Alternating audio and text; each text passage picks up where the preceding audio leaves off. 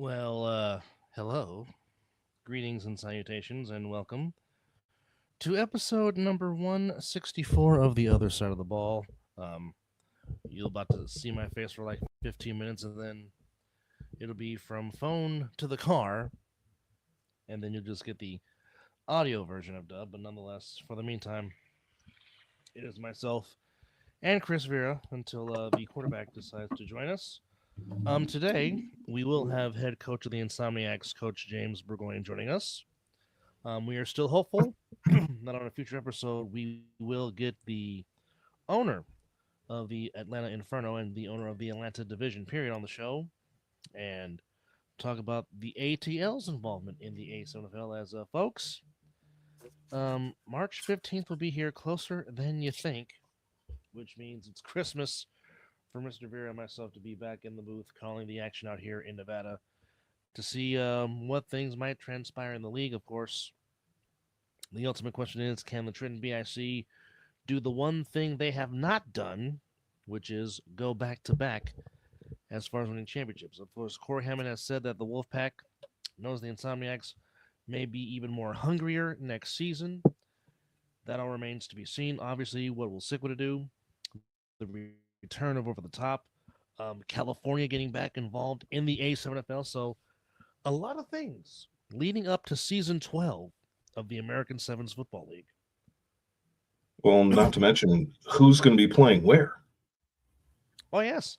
Not even to mention the rosters as Mr. Hammond walking down the stairs, showing off the nice spiky do. Why am I the only one that's always on camera with you guys? Both sides. Dub, I understand you. Don't get me wrong. But Corey will be in the back hall of his beautiful home, just with no pictures, and you're like, okay, what's going on? Oh, there goes Dub. See, I'm the only one that will stay on. Chris, we're told to keep an eye on you. Oh, okay. Yeah, we can't let you. Question that Mr. Jordan wants to know, aka Cookies and Milk, according to Mr. Hammond, where is Corey Hammond playing in 2026? That's the ultimate better question is did Jordan, shout outs to Jordan, get permission from the Atlanta Inferno to use their logo as his avatar? And does that mean he's playing there? Which is really the question. Well, I think he wants to know where you're playing, though, Corey. Well, I think he's concerned. I think he's concerned because you know how I always play for like the Boston or the Over the Top. He's concerned that I may play for the Atlanta because I think he might be trying to go there if his avatar. Now, I may actually know a Atlanta player. A former teammate of mine actually hit me up and said, "Are you going to be playing? You should come down to Atlanta." I said, "That's almost literally insane to ask." I mean, yes, I did play for Boston, but I'm not, I can make it pretty clear that I'm probably not playing for Atlanta. But shout outs to Eddie Penguin. Breaking news. Hold on. Wait a minute. Breaking news. He says he can confirm that he is playing for the Atlanta Inferno. I want to know what Jordan Davidson does for a career because he's jet setting all over. Is he like a pilot?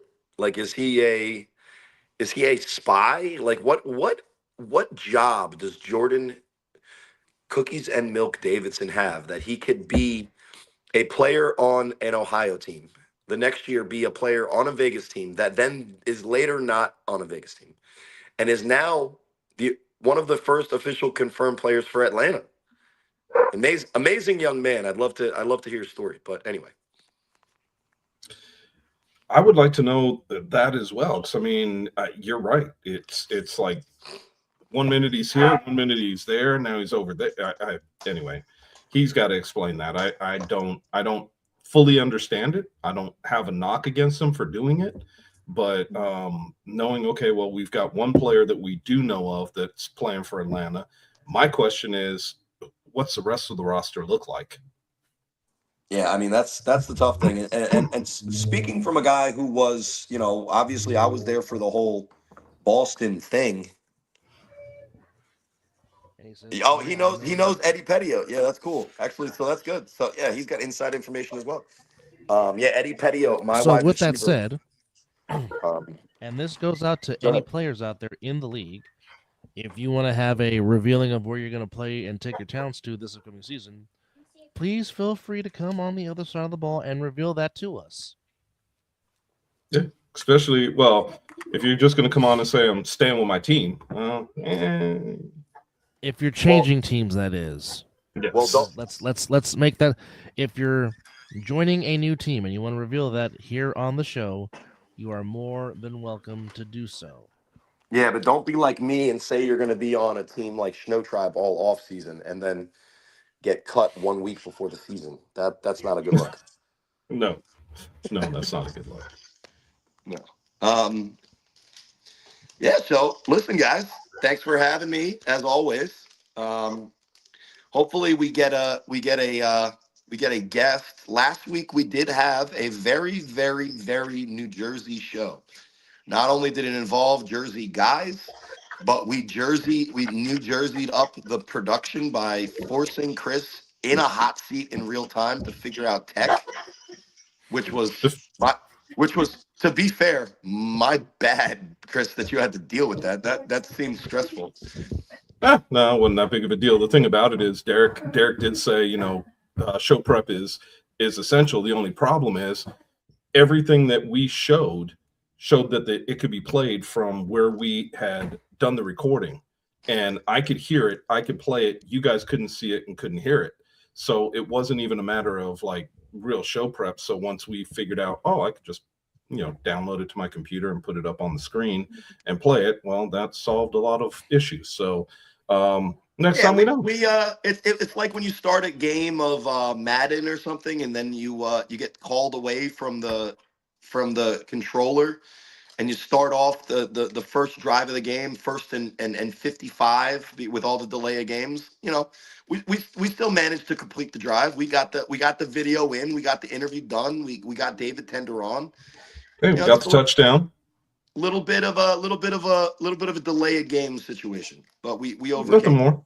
Yep. But my thoughts is that it was, we screwed it up, a New Jersey thing, right? We had on New Jersey guys, and it was all about drama and beef and kind of petty bullshit.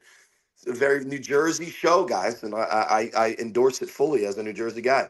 But I thought, maybe bring it back to the old other side of the ball, the namesake, and hopefully, I don't want to confirm that he's here because I did just talk to him. He said he could, but if he doesn't make it, it is what it is. But hopefully, we get a very prestigious and a very very consistent guest to the other side of the ball, a mystery guest, and hopefully, he'll be able to join us shortly, talk about his team, the top and other Corey, things. let me just help you out with it. He's in the back room waiting, the green room, if you will. So without further ado. So with that said, we'll take this quick timeout, and we will reveal that guest to you. Ooh, suspense. Dun, dun, dun.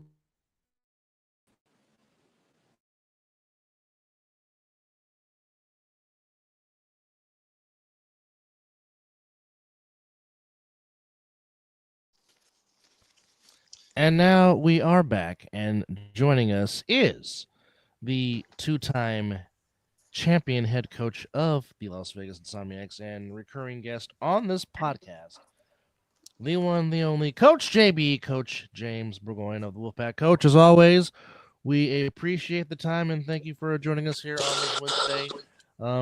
Which, by the way, folks, we will be preempted next week because next week is Christmas Eve. So and the week after, which is New Year's Eve. And New Year's Eve on the 31st. So the next 2 weeks we will be preempted. So with that said, enjoy the holidays with your loved ones and family. And let us be the first to tell you from all of us here on the other side of the ball, a part of the other side of the ball network.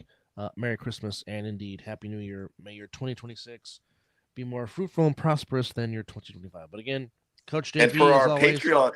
Patreon subscribers, we will have a Christmas Eve and a New Year's Eve episode for our Patreons. So, okay. As always, Coach JB, we appreciate the time. How are you, sir? I'm good. How about yourself? Can you hear me? Yep, we got you. Yeah, we can hear you. Well, I just celebrated my personal holiday last week, so here I am putting the pen and paper to the next chapter. Dub's a year older. I know. I You're am. like 38. God bless you. I wish. No, I am utilizing my Dennis Eckersley 43 chapter as Miss Tammy comes in and says retired hello. like early 2000s, right? So Charlie Batch probably about, we'll say, 15 years out the league. Dub, you're looking good for a 15-year-old retired quarterback, I'll say. And Thanksgivings must be treating you better recently. You know, you don't got to play with that, bum ass Detroit team. Corey You get to Hammond watch. Well, he was on the Steelers last. Listen, one of my favorite things. One of my favorite things about Super Bowl ring next to back in a Big Ben. But go ahead, Corey. Yeah, that's right. You just keep that on the shelf because you don't want to brag about, it was something that you weren't as much involved. No, all right. Charlie we Batch can thank over. one. We can thank one Luis Ojeda for the whole Charlie Batch reference. We can thank your parents for creating a person that looks like Charlie Batch. That's what we'll thank. Luis Ojeda was just spitting facts. Yeah, anyway. And there's the famous Corey Hammond line. Once I see it, I can't unsee it. That was the famous Corey Hammond line at the bar on that particular one evening at one Laughlin, Nevada, if you will, back in 2023. That would be down at we'll say the name really quick, and if they want to jump in as a sponsor, great. But the Aquarius. Yeah, right on the water, right? Henderson. One of Chris's favorite places in Laughlin. No, yeah, I don't know the area. That was nice. Coach, first of all, welcome to the show. I'll go on camera. Yeah, kind of give you the white glove treatment. How has your off season been? I know we talked right before the show, and you said you kind of have been, not really super hyper focused on A7, which is healthy. But just kind of, fill us in. How you been? It's been a minute. Good. Just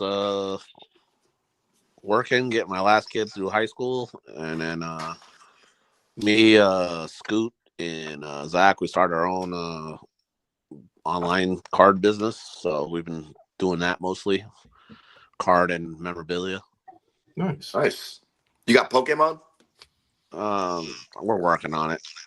I got a EX full art golden Gardevoir. You have to talk to Scoot about that. That all sounds Chinese to me.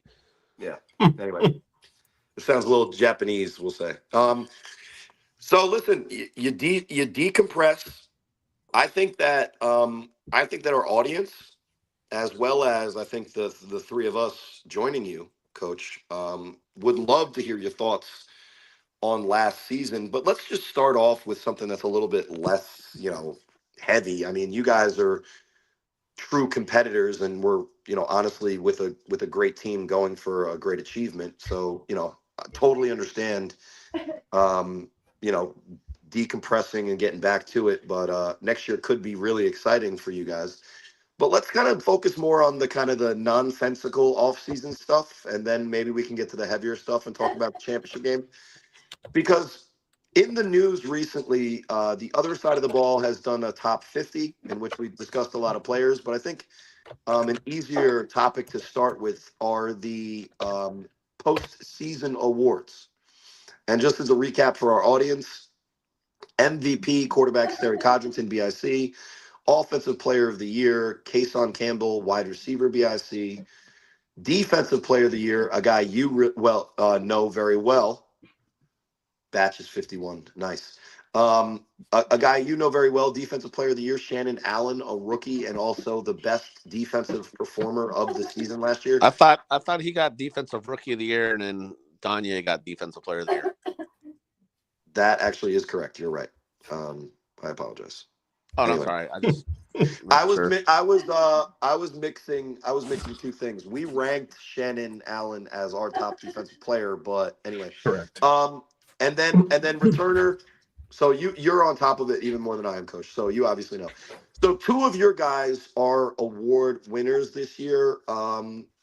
First, I'll ask you what your general thoughts are on kind of the awards, the postseason and those two guys. And then I'd have a question for you if, all things being equal, we ranked Danye Lyons as our number one player last year in the league. No disrespect to the guy because he's awesome, and I think some of it has to do with his lack of availability early on. But I made the argument that as great as he was, and he was still a top 50 player, that he did take a small step back, but somehow still had the reputation and the the just sheer ability to still win the award for best defensive player. What were your thoughts on Danye's season last year, and what did you notice from a season in which he was one of the main reasons you guys won to maybe a reason that he would even maybe say if he played better last year, you guys might have walked out of that Trenton ridiculously short field with some hardware. Well, I don't think he took a step back at all. I think the defense overall, as good as it was, kind of took a step back in that championship. I mean, our new guys just didn't play up to the level they played all season. I mean, it was a big game, and maybe the lights were a little too big for them. But they came out, played a smart game, adjusted way better than us, and they out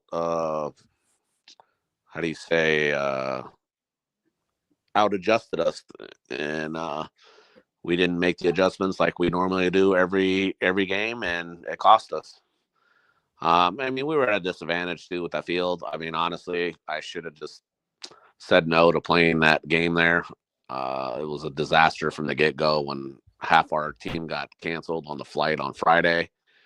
It was just, I mean, I'm not taking nothing away from BIC. They played a phenomenal game. I mean, even on a regular field, they probably would have, came out on top if we played like we did. But, I mean, we did get the return game taken away from us.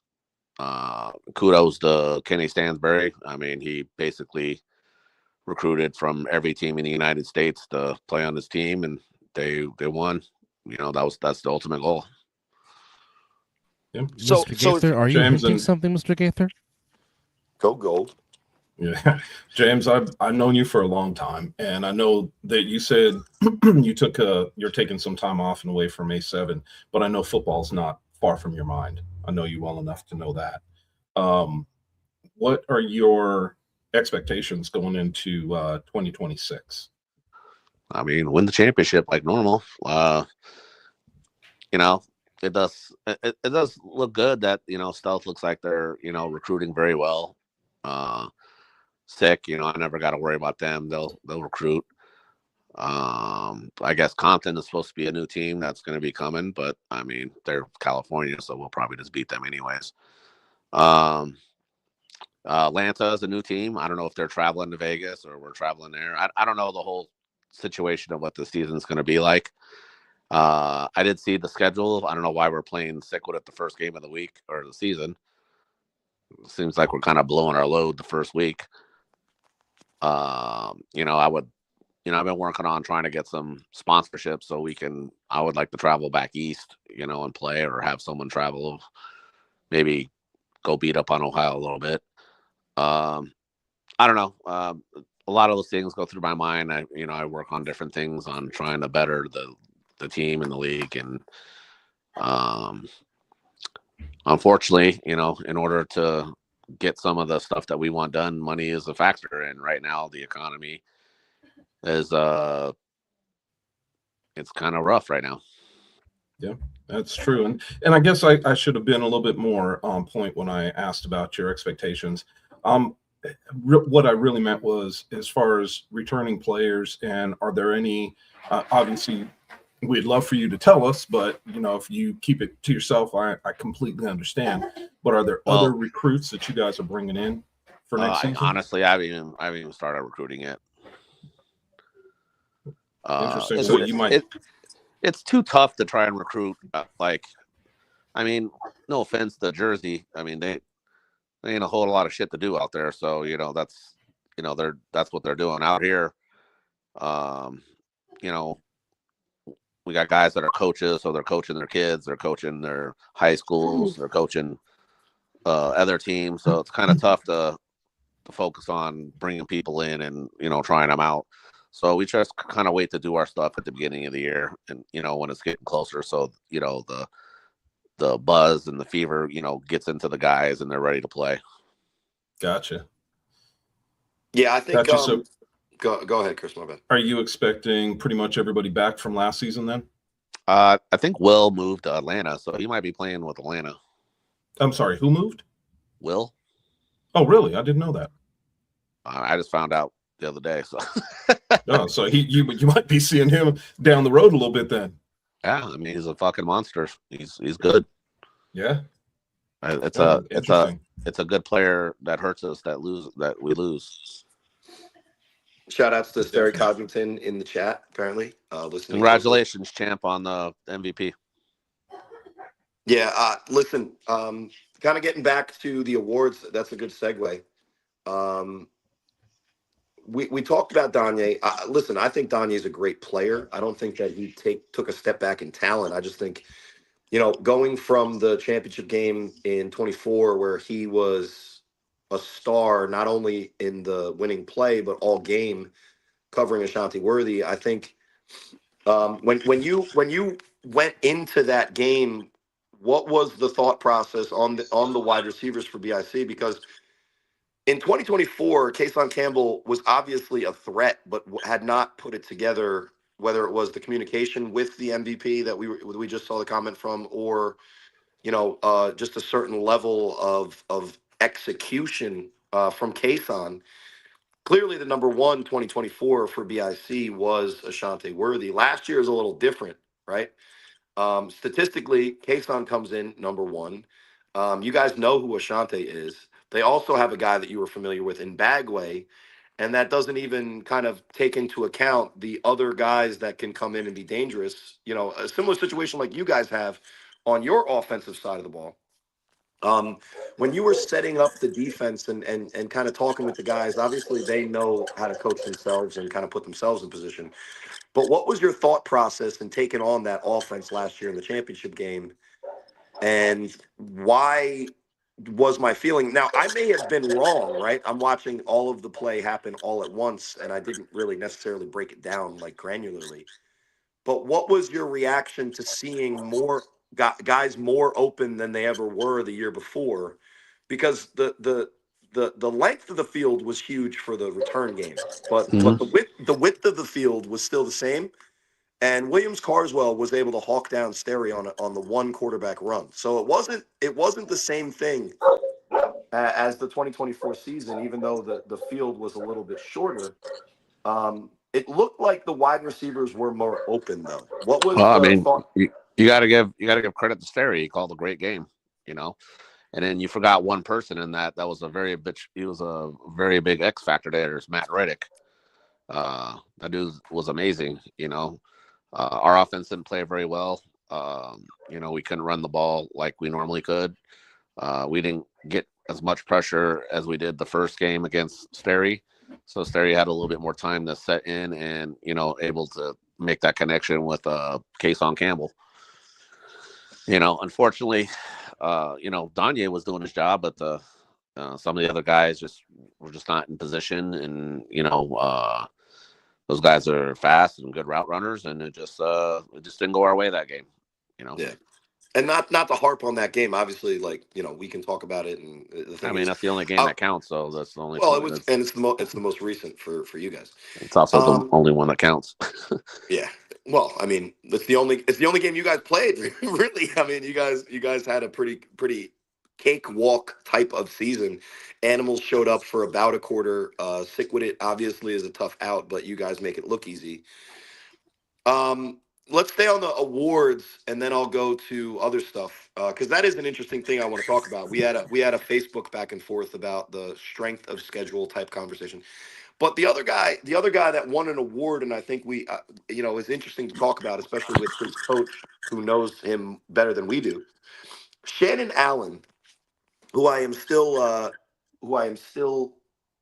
is, and so Will was the guy you're talking about, William Carswell, right? Mm-hmm. Yeah, Davidson, I would get on that quickly. That is a player for sure. I think that's who Jordan Davidson was mentioning then, obviously. But anyway, Shannon Allen was a revelation to me in a lot of ways. Now, I think the on the field stuff is awesome. He's obviously a talented player. The Insomniacs are no stranger to talented players. But I thought it was really interesting talking with him after the game. He had a level of humility like mixed with the same level of confidence that I felt was like the perfect mixture for old guys like me and Chris, right? He was humble enough to know that he needed to keep getting better, but in talking with him, he knew and he had the confidence that he would potentially and is a great player in this league. Tell me from your perspective what it was like watching him as a rookie, kind of not only becoming a part of your team, but relatively quickly becoming one of the more important parts of your team, which is maybe even difficult to say as deep as you guys are. Tell us about Prime and what it was like in his rookie of the year on the defensive side season. Well, I mean, to be honest with you, like he got the recognition, but we had a lot of new guys that came in, and these are all guys that have been growing up. Stevie Dyson, he's my my partner in this. He's been coaching those guys, Mac 30, Danye, since they were all little kids, and so they're just now growing up to be adults, and they're just coming in and trying to, make their names for themselves. I mean, we still got our veterans, that still make plays and still do stuff. I mean, if you look at like Davik and Danye, they're the old veterans, and they're still, I think, under 30. I think they're under 30. That's dangerous. Yeah, I think Danya is 25, isn't he? No, he's not that. I think he's 26, 27 now. I think. Okay. I could be wrong. I don't remember because I remember when you guys won the first championship. Yeah. I was talking to him afterwards, and I asked him about that. I'm like, well, how many more years do you think you're going to play? How old are you? And I wanted to say he told me he was like 23. I don't. To be honest with you, I'm working graveyards now, so my brain is not processing. A little scrambled. I get it. Fair. But like honestly, there's a real important piece that we had on the D line, Moses. I was just going to ask about him. He he was playing with a partially torn ACL in the playoffs. Oh wow! And you wouldn't have known it. No, you would trust me. I was reluctant letting him play, but he said he had it. We also got Joey. He came on strong late on defense. Yeah. Also, obviously William Carswell, he was a big X factor. We had some guys that stepped up. But like I said, BIC is a very veteran team. They had talent all across the board like we did, but they were able to bring talent from outside of Jersey and able to mesh it with their BIC style. And they had a short field and a Bagway that could throw the ball like 10,000 miles. And their offense made the adjustments, their defense made the adjustments, and they won it fair and square. Kudos to them. I don't like saying all that because it tastes like shit coming back up, but I don't like to lose. I'm a sore loser, and even though we've only lost 2 games in 3 seasons, it's fucking it infuriates me that we lost those 2. So hopefully this year we come back a little bit more healthy, a little bit more hungry, and we continue what we should have continued last season. I'm going to ask a question that's probably going to get sideways on us, but I want to ask anyway. So, knowing what you know now with the field that you guys played on last season for the championship, and knowing what we've all have been, you've been on this show plenty of times. We've brought it up. We've talked about it. It's been brought up on other shows. The biggest piece of A7, the biggest piece that everybody loves to watch is the 3-on-1 returns. Yeah. When you saw the way that this ball was just sailing out of bounds over and over and over again, what was going through your head? I mean, our average starting position was at the 10 or the 15, and then theirs was at the 40 or 50. Yeah. So, I mean, you can't fault them for that. They took advantage of, not the situation, just, they were able to capitalize on the advantages we weren't able to. And don't get me wrong, my thought of that is only because I hate to say that we glorify the 3-on-1, but we do. It is a big piece of A7. I mean, that's your selling point. Yeah. You guys call it the most exciting play in football, and, that was only exciting on one end. Exactly. So, you saw when, Bagway didn't throw the first throw off, Danye took it to the house. So, yeah. I mean, but at the end of the day, we have to make those adjustments. That's what football is making adjustments. And normally we're the best at it. And that game we weren't. So we lost. Yeah. And I mean, realistically, just like I was contrarian and was reminding the listening audience every time, you guys were praised for beating BIC. It was a close game, and it ended with you guys being the victors, but it was not a drubbing in 2024. I would say the same thing in 2025. I mean, you guys felt like you were in the same position through 3 quarters as you were in the previous year. And we had seen the Insomniacs in championship games in back-to-back succession deal with the onslaught of a team with a running quarterback, with playmakers all over the place, yada, yada. It seemed like it was a repeat of the script. I think that it's not ridiculous to say. Who got the MVP of that game? Was it Sterry?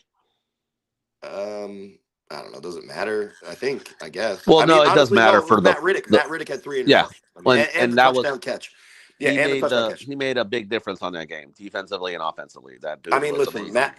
For those who don't know Matt Riddick's history in this league and his reputation as a flag player nationally, this was a guy that in a season in which he played most of his games off camera, so there is questions about it. He registered like a total of 70 touchdowns one season in the A7FL. Now he was playing against. It was basically playing in Pennsylvania, so at the time it was Ohio. Mm-hmm. So asterisk. But the there's no asterisks, man. If you're good, you're good, dude. The dude's a baller. The dude's a baller. He knows how to play football. He's got a speed level that's really hard to meet. And the plays that he made in the championship game weren't about speed. They were about understanding and. It was all savvy. IQ. What he did. Yeah, exactly. He baited a couple plays, and we had a guy on. He also got cooked, to be fair, on a couple of plays by Davik. So Davik's a tough. Davik's the tough guy to cover. Just like, Riddick and fucking Kason and Ashanti are tough to cover. You know what I mean? So, I mean, it people get beat. Not Montana. Sanders used to get cooked by Rice, and Rice was no burner. Exactly. And then Dion played for the Niners for a little bit. So that was just that 1 year. Yeah, right now I'm shook. One glorious Super Bowl year. But my point, my point, what it was going to be that. There's an argument to be made. Now, I know you don't make excuses. I know your team doesn't make excuses. But there's an argument to be made that Scooter 100%, RTC 100%. You just clarified Moses 100%, right? So you guys were in a similar situation. If Scott doesn't have a slip disc or whatever's wrong with his back, right?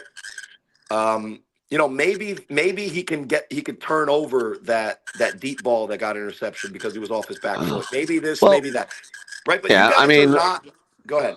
If we go with the ifs, ands, or buts, then, if Donnie doesn't return that touchdown, BIC wins. I mean, you know what I mean? It's like, I don't like to look at it. Because at the end of the day, even with Scott's bad back in that game, Reddick fucking baited him hardcore on one of those interceptions. You know what I mean? The short one over the middle, I don't think Yes. any quarterback avoids that, because that was just an amazing play by a guy who read the play like he was a psychic. Oh, he played it perfectly. He started going down with the receiver and then just passed him off and just read fucking Scoot's eye. It was a great fucking play, man. Yeah, that one. Hate I watching don't think that has anything to do with the injury, but the deep throws, in my opinion, Scooter fully 100%, maybe something different. But the point wasn't to give you guys like, oh, you should have won. The point is just like I said about BIC. Say what you want about the specifics or the final score or whatever.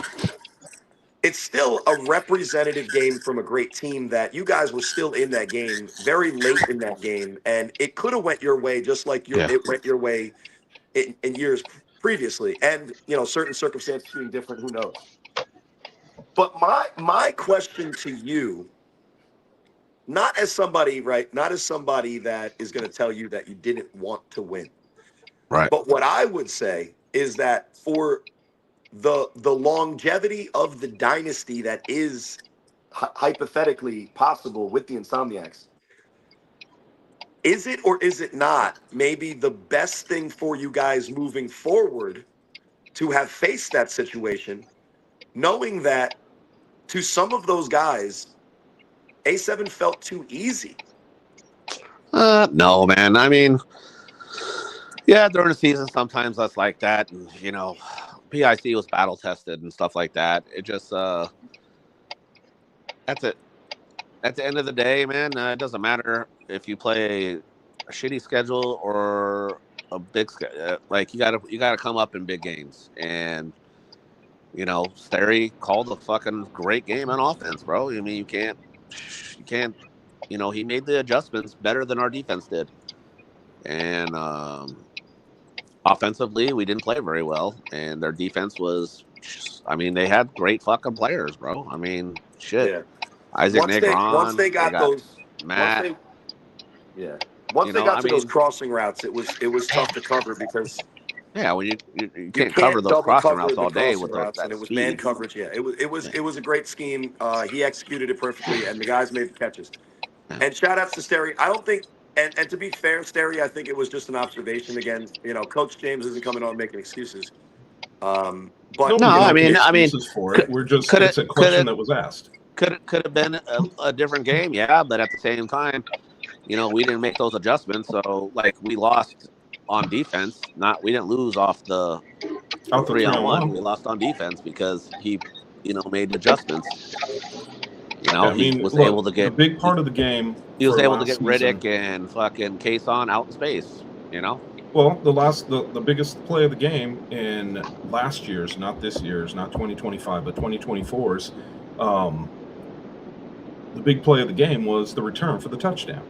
And all I'm saying but that was just to win the game, bro. I mean, if you think about it, they scored with 17 seconds left. Exactly. And all I'm saying for the overall is, when we're talking about the 3-on-1, it's because so many people placate it and talk about it as being one of the best plays in the sport. No, I agree with you. The question has to be not asked. using it as an excuse of why we lost. Exactly. Nobody is. We lost because we fucking lost, and it fucking sucks. Well, the thing about it is that the returns were taken out of the game, as far as I'm concerned, and then it just became pure football. And me sitting back watching the game, I agree. I think Sterry called a hell of a game. Honestly, if we're playing on a real field, who knows if fucking Bagway throws it out of the fucking end zone? That motherfucker's arm was crazy. I know. I mean, he there's a good chance. Well, and we've seen him in regular when we played at out at Bullhead. We saw what they like to do. They like to throw it high, so that way they have a chance to get down the field to cover. So I get that, and I think it's a damn good play. And you're right. Maybe on a regular field, Bagway still throws it out of the back of the end zone. Right. But it was just an honest question that was an impactful piece of what was going on, because we didn't have what we considered one of the best plays in the sport that we all like to watch and people talk about. Well, here's my excuses. Well, here's my question, and I'm going to deviate from the championship game, but I'm going to talk about your two young Lions in prime, and Moses Smith. My question for you is, what kind of trajectory and upside do you expect them to take their next step going into 2026 after having a very good 2025? I don't know. They kind of understand the game now, and Prime, just have to, get, as he gets older, the football IQ gets a little bit better, as he's around, Munchie and Danye and some of the other guys, and got Shadow that was just basically a coach on the field. It just we're gonna do our thing. That's not the issue. It's just a matter of putting it all together, making sure everybody's motivated, and it's hard to get motivated. Where the East gets to play like battle games every week, and no offense to the guys in Vegas, it's tough because but if the Stealth are getting as good as they are, that's good for the league. If Sick with it gets better, that's good for the league. If Compton's good, it's good for the league. It just and if Atlanta ends up traveling, or I don't know what the fuck they're doing because they got one team. But I mean, if Jordan's the quarterback, then you might as well just write them off. I don't know what Ohio's doing, so like, just you just don't know what's going on. And that's part of the fun of it is not knowing what's going on. Well, and you mentioned the motivation, and then you talked about the schedule. I think those are two really interesting things to talk about because I think like Dub said, moving forward, it is what it is. And what I was kind of more intimating talking about the championship game is you guys were not as far as the score dictated you were in that game. You were clearly either as good or even in some cases superior to the team that you were playing. There was just obviously the things that were going on. But with that being said, moving forward, surely the motivation factor is going to be there because from what we hear from these guys is that this season upcoming is going to be a revenge tour like the league has maybe never seen. And first let's talk about that. Right, but I mean, the revenge is what in the championship or the Final Four. Like, unfortunately, we got to go through the West to go there. Right. And so let's then touch that because I will say this. You mentioned it, and it was something that I saw, and I felt like it could be something to talk about. It is what it is at the end of the day. At the end of the day, when you show up on game day, you worry about that game. So again, moving forward, right? Last year, though, your guys were on Instagram or whatever social media asking people to call plays. Like that's how lackadaisical A7FL Sundays were at times for you guys in division early on. I mean, and look, it's not a disrespect to anybody. You guys were just that talented. I made the argument multiple times, and I stand by it, that the Insomniacs roster-wise were deeper and more talented this year than even the previous 2 years. Now, look, I agree with you on that. Results are results, and it is what it is. How important do you think it is that there is that rivalry, that challenge, that test that you guys have to get through? Because when you guys were scoring 70 and letting and letting Oos play quarterback, and obviously that never happened. I'm just making it up as a joke. But when you guys were going to Instagram for the triple flea flicker, Little Giants Fumblerooski, BIC was fucking barely surviving against a mid-tier team in the Renegades, right? So when you look at it in real time. But really, were they really struggling? I mean, they struggled against the Renegades because they had, 10, 11 guys show up? Well, that was week one. I mean, the playoff game, I would say, first of all, Sterry Codrington, and he could even, if he's in the comments still, he could admit to this. Sterry Codrington has always had a rivalry with the Renegades defensive line. Right. They've proven that that's a unit, at least, that has, forced him into situations. Now, he played well against them And shout outs to those guys for having a really good team that was really competitive.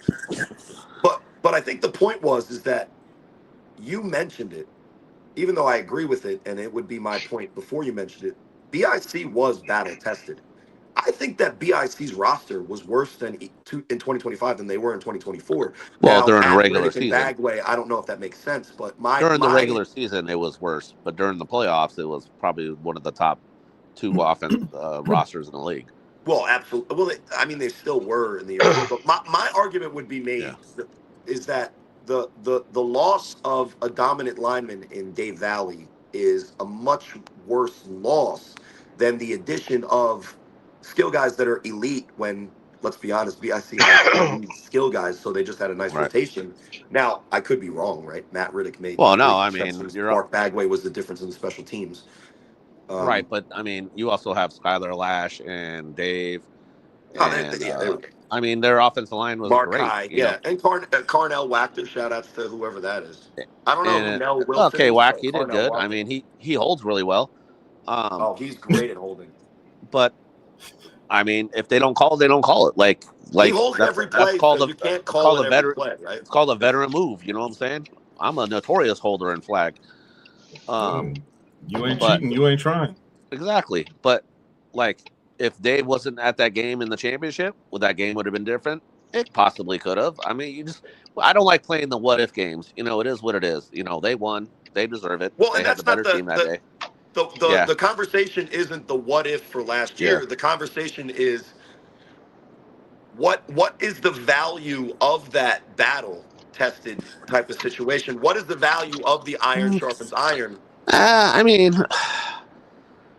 competitiveness is competitiveness, man. I mean, yeah, iron sharpens iron, but I mean, you know, for the most part, you know, BIC was playing really shorthanded. So, like, once they got fully healthy, I mean, it really didn't really matter how battle tested they were because they had guys that hadn't played all season. They were well rested. Some guys were recovering from injuries. You know what I mean? Like, it just, you know, they came out and still played at a high level, even though they didn't play it, even though they weren't playing iron versus iron. You know what I mean? It's just a matter of your competitiveness. You know, great players make great plays. You know, that's, K-Wack made a great play. Dave Valley was blocking well. You know, Starrington was playing at a high level. Matt Riddick was a great player, made great plays. You know, just like for us, you know, Munchie makes great plays. You know, Danye, Davik, you know, it just doesn't matter if they're battle tested or not. Great players make great plays, and it just, you know, it's just a matter of, you know, who's the better team or player that day. Well, what is one of the things that you're thinking about as a hypothetical adjustment going into next season that could, you know, maybe just be whatever that small little, you know, advantage that changes the balance that gets your guys on that right side? What would be the adjustments going into next season? Because obviously it wasn't a talent level. And it's not that your guys can't turn it on in big games, but no, we just have to do a better job at, you know, holding our egos at the door. And, you know, if something's not working, we got to change it. And sometimes keeping it simple is better than, you know, getting too intricate on stuff. And, you know, just go into that game watching what we did wrong and making the adjustments.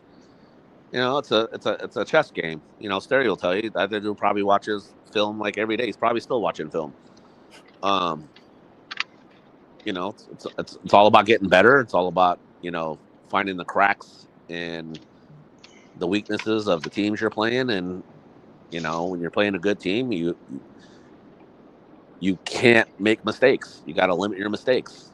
You know, if you make mistakes, you know, a team like BIC is going to take advantage of them, and, you know, they'll run away with it. So do you think that with what happened with you guys last season, I know Corey has said it a couple of times, that, you know, this is the revenge tour. I don't necessarily know that I would label something like that. I don't know that you would either. It's not really a revenge tour. Like, I mean, yeah, we want our get back, But yeah, it's not like it was something like taking away from us, like something, last minute or like a bad call. It was just, man, we got beat. yeah. I mean, Well, I mean, and the way I look at that with any team, especially with a team like what you have, most of the time you don't need a fire lit under your ass to make things happen. You guys are, that one time you see what goes on, but I'll give, is this a little bit more Corey of a motivation credit on that second season when we lost to Stick With It. I mean, that really put a foot in our ass. I mean, they played a very perfect game and beat us by 6, and that just put it in perspective. Like, we're everyone's Super Bowl. Just like BIC on the East Coast, they're everyone's Super Bowl when they play them. So we're getting the best of every. We're hopefully getting the best when we play people, and then BIC had to get back because they lost in like the last 17 seconds. So, you could say theirs was a revenge tour. You know what I mean? It just, it's basically not really a tour until you get to the championship of the team that you need to face, unless you get to play them during the season. 100%. But what I'm saying is, you think that with this loss, your guys are like, hey, look, we're coming together, and it's only going to make you guys stronger. I just don't think we're a team that needs motivation. We just know what needs to be done. And yeah, I mean, it's a shitty taste in our mouth, and we don't like it. So obviously, that motivates us to unfortunately take it out on other teams until we get there, and then like I said, we'll make our adjustments, and we have to be ahead of the game and making adjustments going against better teams. So now I'm going to ask this question. I already know the answer, but I want to hear it from you. Let's say next year you guys make it back to the championship. Obviously. What do you mean if? I know. I already. That's why I had to say. I already know the answer, but I have to ask anyway. So I got to place it in this realm. If you guys make it back to the championship next year, who do you want to play against? If you could just write it right now and say, okay, this is who we're playing in the championship, who would that be? The defending champs, the best team, BIC. Well, granted, and I fully understand that. What if, and I'm not saying that it isn't, what if BIC isn't the best team next season? I mean, if they're not the best team, it's because, they did it to themselves. I mean, no offense to the Animals, and I know they came a little shorthanded, but, they still had, one of the best quarterbacks in the league. I just don't know if they have I don't know how good Manny Diaz is, because he couldn't come out to play. But, he's going to be on the 4th or 5th receiver on BIC, I hear. Looks like it. But, Dave's a competitor, and obviously he's doing his recruiting. I think we match up a little bit better with the Animals than we do with BIC, because they got those wide receivers could go ham on us at any time. Yep. Don't get me wrong, we play competitive with them, and obviously we beat them in the last play on the one championship, and then they out adjusted us in this last game. But and this is so true. I'd rather just, I don't know, keep it consistent. I don't know. Third year in a row. If we played the U, or if we played the Renegades, I'm sure the Animals, I'm sure it'll be a great game also. I just right now the best team in the league is BIC. They get, they're the defending champions. Those are the ones we want to play. If it happens to be someone else, it's just another stepping stone in us wanting to win the championship. Of course. And listen, I think if we ask Coach James about his team, he's going to be the head coach, and I don't know how much more interesting he's going to get. Not that you're not interesting, Coach, but it's kind of like what you're saying. I feel like is the right mindset. Go in there, work, get better, have the right attitude. You guys weren't that far from winning your third, and you've only lost 2 in 3 years. So I think to kind of move on to a topic that we'll get a little bit more from you on, because then you can speak on some of the other players and the other talent, and we could get more your analyst hat on, and you can take the coach's whistle off. We just did the top 50, and look, it was myself, Chris, Dub, and others were going through the list of guys and best we can with the stats we had. But you're a guy that works very closely to game plan and get your teams ready, and then you're obviously standing on the sideline for every one of these games. You see all the Vegas teams. We were already talking about the animals, and you've seen BIC. Let's hear Coach James give us some of his takes on non-insomniacs guys. Who are some of the standouts that, as a coach, you saw on the sideline that you played against or saw on some of the watchbacks on the film? Who are some A7FL guys that impressed you that you didn't know as much about because they weren't your players this season? That one guy that played wide receiver for you, I liked him. He was on BIC the year before. I can't think of his For the name, Hawks? but yeah. Are you talking about Chick? Yeah, I liked him. He He's did. a good I player. liked Yeah, he's a what he good did. Being on another team. No, I can't say enough about the guys on BIC. They're all talented. I like Case on Matt. I'm a big fan of Matt Riddick. Yep. The quarterback Anthony Service. I thought he was really really good. Threw the ball, ran very fluidly. Um, you know, I like Dave Tender. He's petty. He's funnier than shit, and he plays at a high level. I can't say enough about sick with it guys. Um, Palmer. He's underrated. I know you guys talk about him a lot, but the thing about it is, sick with it or BIC got to play him that one time, and then we play him all the time. So I just don't. The other guys from the East don't get a chance to see him. Siobhan, their new wide receiver, their little go-to guy. He played great. Stone King, he played good as well. For a rookie quarterback, having to follow Jeremy's footsteps and then play against us. He did as well as he could. Coach Lee for the South. I love how positive and how he gets his teams. He's a good recruiter. He just if he could just Did put he it all feed you together, guys? huh? Did he feed you guys? He made a bet with Scooter. No, I don't remember what happened with all that. I'll have to. We'll have to talk about that later. I don't remember what happened. I know things got kind of not weird. Just we just kind of got silent after that loss. Gotcha. Fair. I liked what the Gold did. I mean, if you looked at them, they improved tremendously. I mean, yeah, if they get some solid people, I'm not saying that they're going to be going out and crushing teams, but I mean, they improved tremendously. Yep. I agree. You got to take your hats off for that.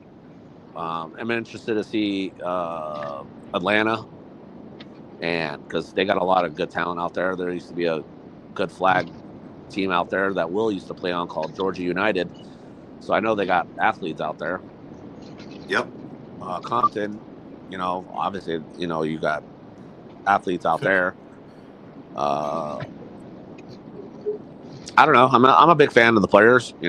Obviously Ohio. There's some guys out there that I know that I talk to that they just I think they probably could have been better this year if the division was ran a little bit better. Yeah. I don't know. It just I'm a fan of all the guys. I have nothing but respect for the players because I'm a little too old now. But to go out there and be able to put your body out, and I'm kind of jealous because I think I probably wouldn't have been too bad of a quarterback because I didn't have to have someone snap me the ball. Starts off in your hand. But it's awesome. My body, I don't think I could take it. Obviously I'm a big fan of my team. I love all those guys like brothers. I know everybody says that we snatched everybody off from like teams, but that's not true. I mean, all those guys have been friends for years, and we just kind of put it together. But yeah, listen, you don't have to apologize for putting forth a talented roster. and But then maybe when we try to recruit, we try not to take from other teams. yeah, Hence those were new like guys. Yeah, those were new Prime, guys. Moses. I didn't even know Will played on the Bold, to be honest with you. I did. He had 2 returns for 2 touchdowns. He made the Yeah. top 50 last year, and he had like 2 appearances, Yeah. and 2 play appearances. But yeah. Well, So Corey, listen, before you ask another question, I got a go ahead. question for James real quick. Sure. James, we you're the one that told me about going back to when we played in Chris's league. I know you let me know about Chris. I don't know if you heard what happened. What? Parker? Yeah, I know about Parker. Yeah, he passed away. Yeah, I'd already known about it. I talked with Brooke and Ryan Melvin. Okay. Brooke actually gave me a heads up before it happened. Like he was in the hospital. Yeah. He. I was hoping that he'd reach out, but I found out afterwards. So I'm gonna try to put something together for him. I'll let you know what's going on with. Yeah, you know what? I should have texted you. I didn't even think about it at the time. Sorry, man. No, at our age, shit happens. And it sucks, but at the same time, I want to make sure that he's remembered. I played on his team, so it was a little bit harder for me. Well, running with him with the Heat was a great thing. It was my introduction to the flag league, and I appreciated that from him. And then he ran with me for a couple of years too. So it's one of those things. We're close. We did a lot of stuff outside of football, so it's tough pill to swallow, but I just didn't know if you knew. And I was sitting here thinking about it, and I'm like, well, shit, I can't not ask.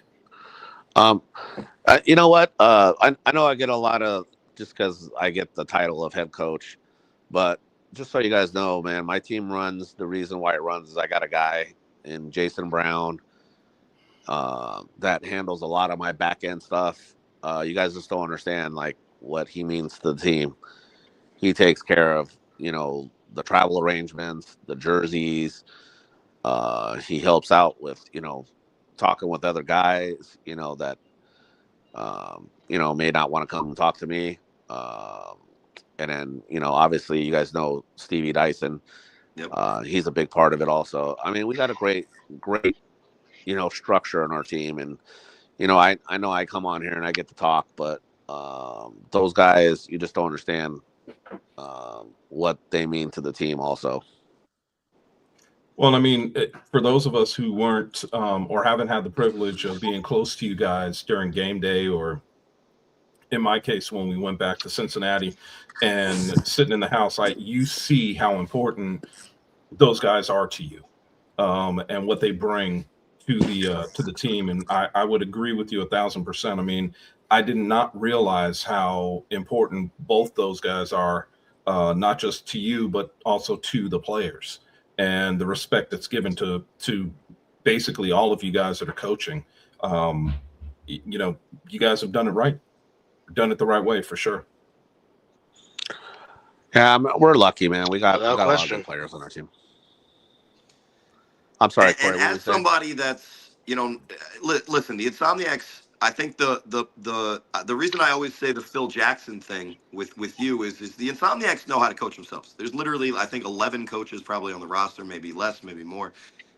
They're talented enough. They know what plays to call. They kind of handle themselves. But having that structure and having the respect of the guys kind of like above the player level, it means a lot in a league like this, because especially you guys face situations more than a lot of teams, especially a lot of teams as good as you guys. Is when times get rough, times get tough, you still as a group seem like you're together. You're able to communicate. You're able to work through the issues, and that's why you've able to be one of the masters of adjustments. And I think that's a credit to all the guys you mentioned as well as yourself. And I know you're humble. I'll give you the credit, but to kind of frame it in some of the other conversations that we've been having, what are some things now? Don't give away too much game. We don't want you to like teach the listeners to, overcome how good you are at this. But what are some ways that other teams in Vegas could work towards getting better? And you mentioned the gold, because there's a lot of ways to do it. Like the gold are doing it in an incremental way. Mark Gray and Sick With It is doing it in a recruiting way. The stealth seem to be more that Mark Gray way. What would be your feedback to the rest of the division that's going to have to deal with your team next year, taking out their frustration on them? What's a way that they can build their rosters, their teams, to become that more competitive roadblock on your guys' route to an inevitable division championship? Hypothetically. I mean, it just all Hypothetically. starts in believing in the people that start it. The guys know they can count on me and then count on Jason to make sure they don't have to worry about getting shit done. Getting it together. Like we had a few little snafus in our first season. They know they can count on me and Steve and Jason having their backs. With the league, teams just got to set a better foundation. And then one thing you got to take out of the equation is ego. Give you an example. Munchie.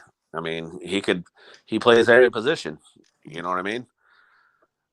He goes in and he does the dirty work, on the blocking and stuff like that. I mean, how many guys that can run routes the way he does wants to get in block? Very few.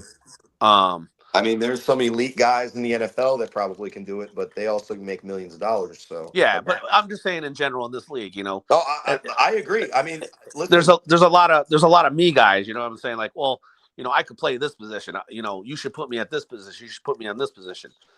And when people want to come over, and I got to break it down for them. I got to tell them, like, look, bro, this isn't.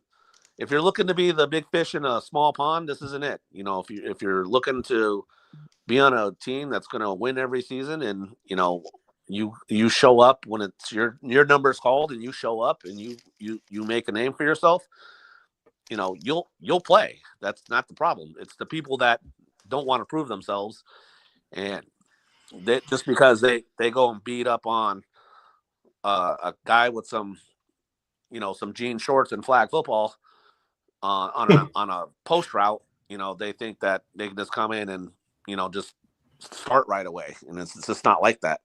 It's just you got to have a great foundation.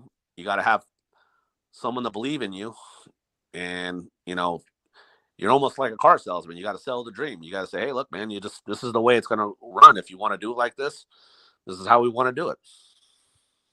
And get offensive linemen probably too.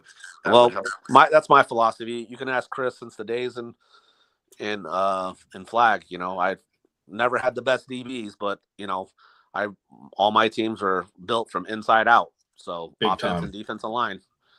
Well, never having the best DBs might be wrong currently.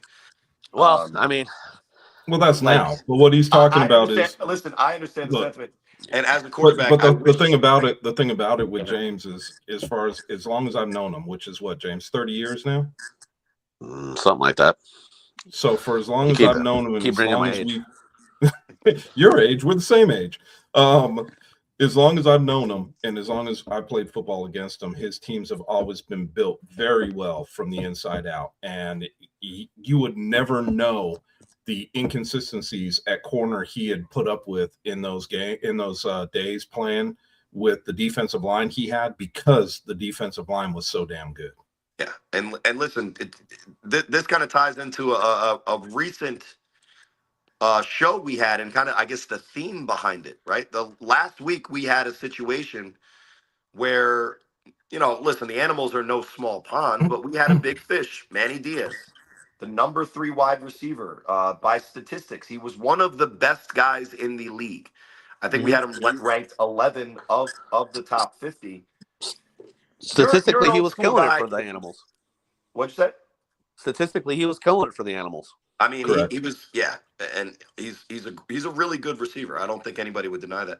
But you, to me, and correct me wherever I'm wrong, but you to me fall in line with Chris and I.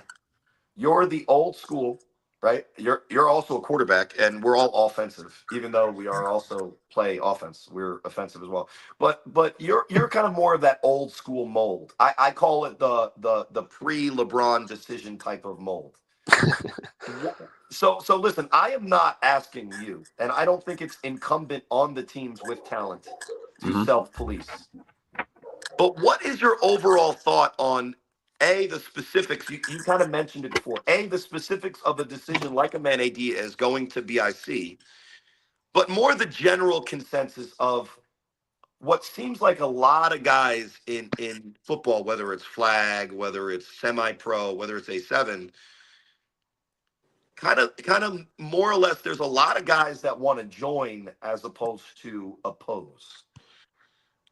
What's your thought on the Manny Diaz thing, and what's your general consensus on either beat the best or join them? Honestly, I don't think that situation had to do with him joining the best to be, you know what I mean? I think that was more an internalized thing with that team.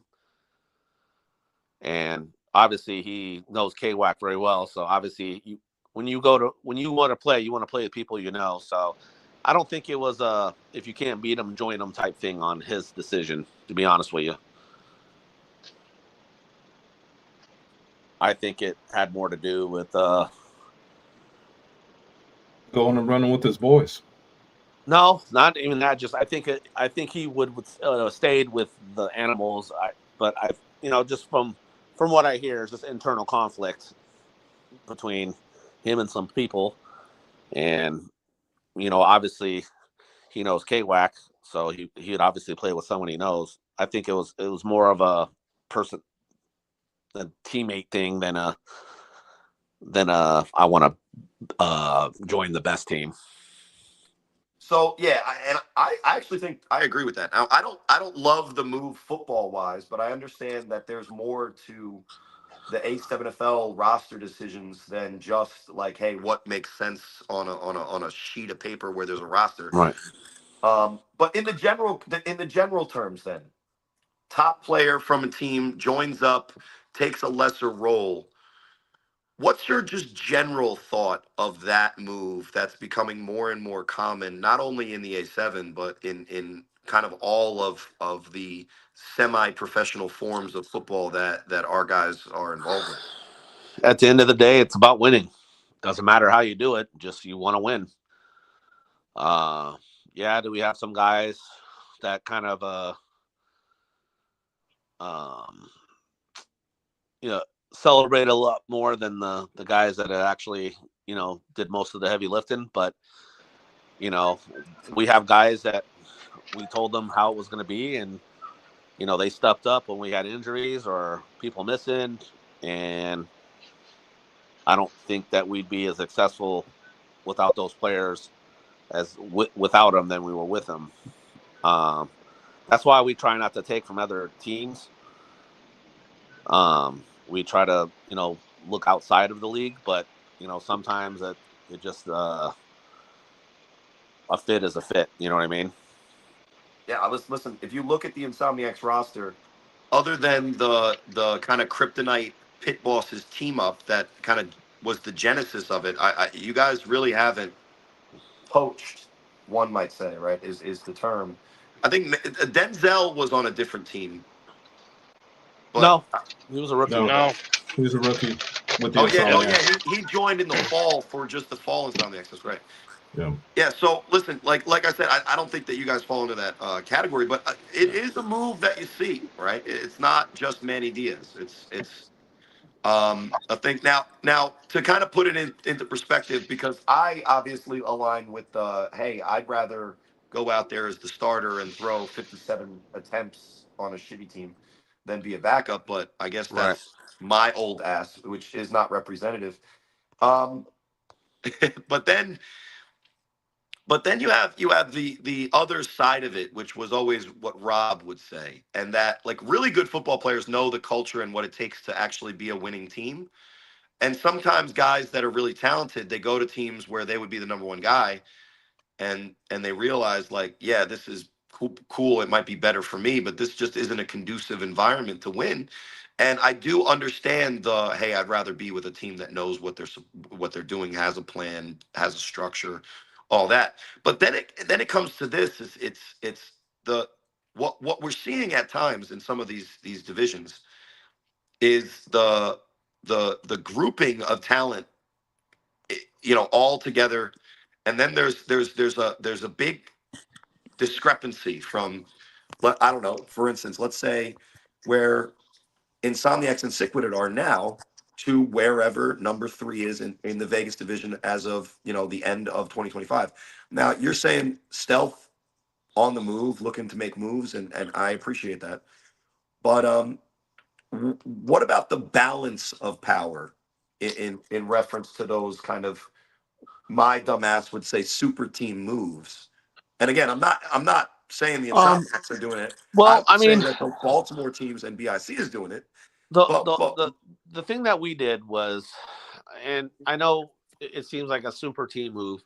It's just the problem is I'm friends with Steve, who had the Ball Hawks, and I'm friends with Scoot, who had TMT. So they just happen to be, they happen just.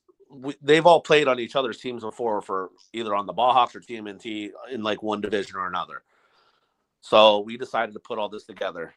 And the one thing from the pit bosses was, I don't know why we went after Tone Smith and Trey, and he brought over Carter and AJ, and AJ was a great fit for us. You know what I mean? Yep. And so was Carter. But Tone and Trey, not so much. You know what I mean? They want to be the man, and there's nothing wrong with that. And they're like you, and I don't mean like they need to be that superstar. Just they want to be, they want to make sure that they're a part of the winning, and they were, you know what I mean, a part of our winning. They did, contribute, and our whole team contributed that first season. I would say that first season was really a team effort on all of our parts. And then after that, Tone and them wanted to start their own team, which is, man, that's better for the league. You know what I mean? We didn't try to take anybody from anywhere else. We just try not to lose anybody. Right. So, like right now, I know I said I'm not into the recruiting, but that's a lie. I'm always recruiting. But I look at different players who will fit the mold of what we look for on the team. That will fit the personality wise. Because I really don't care how talented you are. If you're not going to be able to mesh with the other personalities, it's just having a bad sideline is just not good. No. And the funny thing is, when you guys first came in and there's some, talk on the sidelines, I know that there was a lot of people that thought, oh, they're arguing. Well, no, that first year that you guys came in, I was walking the sidelines and I'm like, they're not arguing. I don't know where you guys are getting that from. They're having conversations. Well, I mean, there was arguments. They're putting things back together. It was with people that are no longer on the team. So, well, I mean, even when you guys, it wasn't like it was arguments. You guys were just talking loud for what was upcoming. That's all I ever saw. Yeah, it's just testosterone, egos. Yeah, nobody wants to lose. Well, for me, I always go back to 2024, and I'm right there on the sideline. And even when Sterry goes down the sideline to put BIC up by 5, I think it was, or whatnot. But just the fact is, there was no panic. And like I said, Scooter was literally talking to this guy and said, okay, if Danya can at least get us here, we'll score on these 3 plays right here, and then of course Danye does what he does. But I mean, I even go back to 2023 when we were all on the sideline and they were down 12, and again, there was just no panic. No. I've really never have seen panic from these pack of wolves, which is very hard for me to go against it because again, it's like whatever phase or situation of the game just occurs during the game, they just don't seem to tense up and they don't get the deer in the headlights look like some other teams have done in the past. But I will ask this question. Now, obviously, trying to replace a William Coswell, you just can't. So, in trying to plug in a piece, something similar to his talents, what's the one thing you look for, Coach, when trying to add that one piece to possibly help contribute to the team upcoming in 26? I like to see how they can fit. I have to give the the speeches. We really want you, but the thing about it is, can you take a back seat? Are you not being able to play every game, or not every game, but every play? I mean, if you're looking to be a highlight, like let me give you an example. I know Denzel, he's a big talker on these podcasts, and he plays wide receiver and stuff like that. But you know what he did? He embraced his role after that championship game, as one of the 3-on-1 guys. Mac 30, just give you an example. He embraced himself on being, a 3-on-1 guy. We just have some guys that take pride in, helping the team any way they can. And when you have that, it starts with that, and it becomes a winning culture.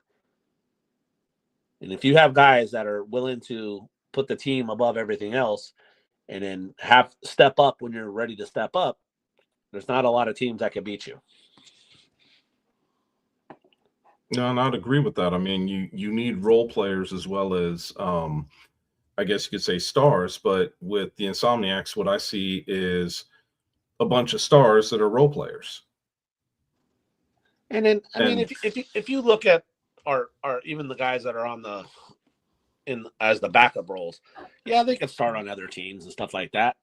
Yeah. But the thing about it is, I mean, a lot of those guys are in their 40s, late 30s, 40s, and then they don't want to play a replay. You know what I mean? Yeah, I mean they want to be able to get out there, do what they're doing, play for a team that they obviously have a connection with, and are out there making plays. But like you said, you don't need to be out there playing every single down of every single game, knowing what could come with injury. Right. But I think the more impressive thing is, and Chris and I have talked about this on previous broadcasts during games, of just how their depth is ridiculous. Because, okay, for example, we've seen their quote-unquote B team or C team, and they still go out there and put up 40-plus points and don't miss a beat, as if the A team or the cream of the crop was out there playing. Which, again, credit to you guys on your staff, because like I said, you guys have staff everywhere. You just talked about Dyson and Coach Brown, not to mention you also have Tommy out there also on the sidelines. But I'm just saying, just okay, we might not have our our cream of the crop, but we still have guys that are just as effective, and that has been shown multiple times with you guys in the field, be it during the spring, be it during the fall. But again, that's just a kudos to you guys for just implementing a plan and sticking with it. Yeah, I mean, we try to. Sometimes the plan goes left when your guys are going right. Yeah, I mean, but you know what? And that's what makes you a good team, is those adjustments that you guys are able to do when the plan is going right, and all of a sudden it makes a hard left turn. Obviously, the only one that I haven't seen you guys been able to make the right adjustments, and you've even said it earlier in the cast that BIC made the better adjustments in that game.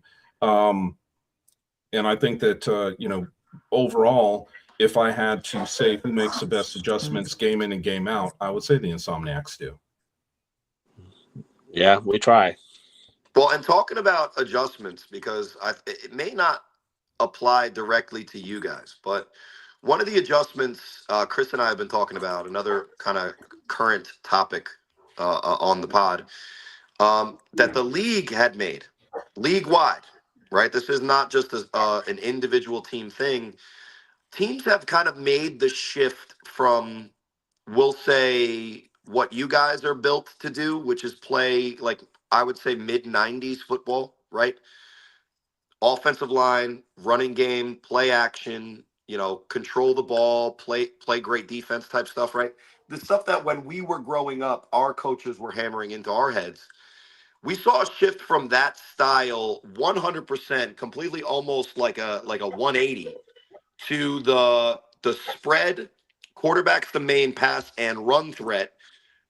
Empty 3 wide sets in the 7-on-7 were the most common offensive sets that we've seen. And there was a devaluation of the power run game last year.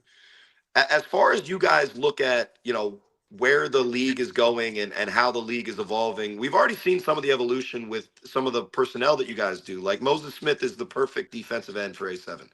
I've been talking about it. Dubs, that's Dubs' guy. You mentioned him earlier. But as far as schematically, what are some of the adjustments, if any, that you look and see that you guys could make when the rest of the league is kind of going towards that, we'll call it the full spread offense, when you guys are still a 50-50 ball control, play action type offense that has obviously been successful, but the league around you seems to be making a shift. What's your thought on those adjustments? It's all about matchups. It all depends. Like, give you an example. We didn't have to run the ball in the game against the Animals. Everybody could be open every play. So we threw a lot that game, Scooter did set a record, so that does factually check out. It's just a matter of the matchups. It all depends. If the running game is there, we're going to pound that rock. If they can't cover, if we go 3 wide receivers and they can only cover one guy and 2 other guys are running free, we're going to take advantage of that. It sucks because we have so much talent, because, obviously the running backs want to run the ball, and obviously the receivers want to get the ball. It's just, there's so much that we can do. You know what I mean? True. There's only so much time in a game that we can, if we could get everybody the ball, it'd be great. It's just, and I think that's what's different about our team is our guys know if the running game ain't working, or, passing is just, it's so easy to pass right now. Let's just pass. And then, we'll run the ball when we, get up some and try and run out the clock. I don't know. I'm old school. I'm pound the rock and play good defense. And, I like to pass the ball. But at the same time, it's all about matchups. If we get a good matchup passing, we're going to pass. If we get a good matchup running, we're going to run. Makes sense. Well, on that note, because we brought up, and I'll let Dub take it from here because I know he's got to go. But what were you going to say, Dub? I was just saying 2 minutes, final thoughts. That's all. Okay. This is usually where we get our final thoughts in. James, I'm going to let you go first since you're our guest. It's been a long off season. It's actually been very restful. Look forward to being mad at Corey during the season and yelling at you guys up in the booth. I look forward to giving you opportunities to. No, I'm just kidding. I know. I think it's funny. I just hope there's no major injuries when we play. Hope we get some more talent in the Vegas division. I hope, Compton comes out and shows us something different. I expect to play BIC in the championship, and it's no disrespect to the teams that we're playing out here. It's just I mean, I could probably be on the gold and still think that, even though we're getting our ass whooped. Nobody wants to go in and expect to lose. So I always go in and expect to win. Hear you there, Corey. I think my final thought would first be to thank Coach for coming on and giving us that Vegas perspective that we were lacking last week with all the whining and complaining and switching teams and drama. No, just shout outs to our guests from last week. That was also very interesting to hear the perspectives from them as well. My question really is this, because it's such a tall task to ask the young men that have nothing to prove, right? I don't think anybody on your team has anything left to prove. The reason my old ass keeps playing is because I'm not good enough to not have stuff to prove. So I'm still trying to like schlep my old ass body out there to prove whatever. I just think you also enjoy it. That's true. Yeah. I like to be self-deprecating, because if I'm going to throw shade at other people, I deserve more probably than those people I'm throwing shade at. So anyway, it's not about me. It's about you, right? And it's about your team, because the thing that we saw in the championship game that I the think, only one that you ask him for his final thoughts asks one more question. Yeah. What are you talking about? It's not an excuse, and you guys weren't looking for excuses. You're not shooting for bail, but health for your team, with all the extra games that you guys played, with all the extra travel, with all the extra hits and the toughness, right? It accumulated last year, and I think rightfully so. You guys are taking a break. Is there an expectation that you guys come back 100% fully staffed, or are you concerned that there is a hypothetical chance that a major player that was experiencing injury last year might or might not be able to kind of just make the decision to put their body on the line one more time in this league? And James, before you answer that, let's get Dub for his final thoughts, because he's at work. Bad, so Dub, go ahead with your final thought. Thank you for watching. Good night. Thanks, buddy. Appreciate it. I know you're at work. Have a good night. I'll do my best. All right, man. So I guess, Coach, if you want to answer that real quick, and then I'll give my final thoughts, and we'll get everybody out of here. I mean, I'm hoping we return everybody. You know what I mean? If someone wants to experience something different, that's on them. Or if someone doesn't want to do it anymore because of injury, I hope, I want them to be better, so, obviously I'll be more than happy that they are hanging it up for, so they can get better.